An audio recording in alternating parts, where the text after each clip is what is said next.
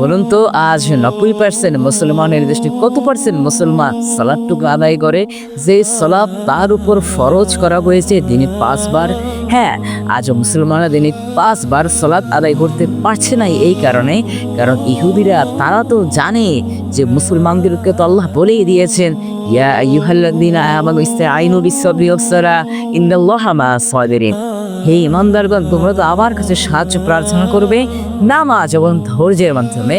নিশ্চয়ই আমি তো ধৈর্যশীলদের সাথে আছি। তারা এটা জেনেই আমাদেরকে সালাতটুকু আদায় করতে দিচ্ছে না। তারা এটা জেনেই আমাদেরকে দিচ্ছে না, যার কারণে আমরা আর মাথা চারিদিকে জাগতে পারছি না, যার কারণে আমরা আর আল্লাহর কাছে সাহায্য প্রার্থনাটুকু করতে পারছি না। তারা জেনেই আমাদের মাঝে ছড়িয়ে দিচ্ছে, তারা জেনেই আমাদের মাঝে বিছিয়ে দিচ্ছে যাও। হ্যাঁ, তারা জানে যে মুসলমান যদি সালাত আবার আদায় করে, তারা জানে মুসলমান যদি ধৈর্যের সাথে আল্লাহর কাছে আবার যাওয়া শুরু করে, তারা যদি রিয়ালিটিটা উপভোগ করতে পারে, তারা যদি রিয়ালিটিটা বুঝতে পারে, তাহলে তো মুসলমান আবার জাগবে। তাদের আধিপত্য তো আর টিকে থাকবে না। তারা এটা জেনেই মুসলমানদের উপরে এখন দিচ্ছে ফিতনাগুলো চাপিয়ে। এবং আফসোস, মুসলমান আজ না বুঝে ফিতনাগুলোর ভিতরেই পা দিচ্ছে।